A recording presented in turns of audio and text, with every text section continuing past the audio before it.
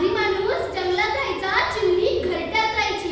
आजही ती चिमणी घरट्यातच राहते, पण माणूस त्याच्या सोयीप्रमाणे आधी वस्ती तर नंतर शहराकडे वाटचाल करू लागला. याच मानवाचा एक आगळा वेगळा आविष्कार म्हणजे कृत्रिम बुद्धिमत्ता. जर सहजतेने विचार केला तर पडणारा प्रश्न म्हणजे कृत्रिम बुद्धिमत्ता घेणार का मानवाची जागा? नमस्कार, मी डॉक्टर CM मेहता कन्या विद्या मंदिर कोपरगाव या शाळेची विद्यार्थिनी आधार संचिता नारायण तुमच्या सर्वांसमोर विषय मांडू इच्छित आहे, कृत्रिम बुद्धिमत्ता घेणार का माणसाची जागा. आज याच मानवाच्या आगळ्या वेगळ्या आविष्कारामुळे म्हणजेच कृत्रिम बुद्धिमत्तेमुळे कॅन्सर सारख्या रोगांचे रोगनिदान करणे अगदीच शक्य झाले आहे. हो, हे खरे आहे. पण तुम्ही कधी विचार केला आहे का पुढील 10 वर्षात आपले जग कसे दिसेल? पुढील 10 वर्षात आपले जग कसे दिसेल? वाढत्या तंत्रज्ञानाच्या अफाट वेगामुळे आणि बदलणाऱ्या जीवनशैलीमुळे येणारे पर्व किंवा येणारे शतक हे आपल्यासाठी नवीन क्रांतीचे ठरणार आहे. आज AI म्हणजेच आर्टिफिशियल इंटेलिजन्स तथा कृत्रिम बुद्धिमत्तेचा उपयोग फक्त तुमच्या आमच्या हातातील स्मार्टफोन पुरता मर्यादित नसून कोणा एखाद्या दवाखान्यामध्ये एखाद्या थकलेल्या डॉक्टरला मदत करण्यासाठी तर कोणा एका शाळेमध्ये शिक्षकांना शिकवण्यासाठी, शिक्षकांच्या प्रगतीसाठी तर विद्यार्थ्यांना व्यवस्थितपणे ज्ञान देण्यासाठी होत आहे. इयत्ता 9वीला एक धडा होता, यंत्र आणि मानव. तुम्हा आम्हासारखाच एक चौकस मुलगा अर्थातच दीपक, ज्याला खेळण्याच्या आतील रचना समजून घ्यायला फार आवडायची. त्याचे वडील एक चांगल्या दर्जाचे संशोधक होते, ज्यांनी आपल्या कचेरीत अर्थातच कामाच्या ठिकाणी काही यंत्रमानवे कामासाठी ठेवली होती. यंत्रमानव म्हटल्यावर माणसापेक्षा त्यांचं काम करण्याचा वेग आणि पद्धत जरा आगळी वेगळीच होती. उदाहरणार्थ, तुम्ही मला एक पत्र लिहायला सांगितले, मी ते पत्र 10 मिनिटात लिहून पूर्ण करते. पण त्याचसारखे 10 पत्र तो यंत्रमानव अगदी 10च मिनिटात लिहून पूर्ण करेल. पण काही दिवसांनी हेच दीपकचे वडील त्या यंत्रमानवाला कंटाळले. कारण मानव हा समाजशील प्राणी आहे, त्याला त्याच्या भावना आहेत, त्याला त्या मांडायला आवडतात आणि तो त्याच भावनांप्रमाणे वागत असतो, कार्य करत असतो.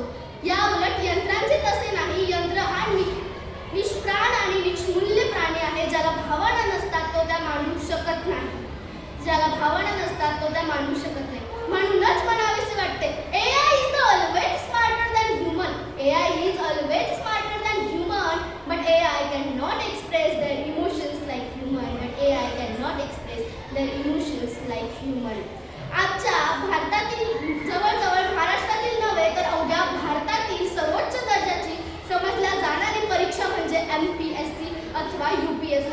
या परीक्षेमध्ये 2 स्पर्धक आहेत. दोघांचाही स्कोअर म्हणजेच गुणांक इक्वल आहे.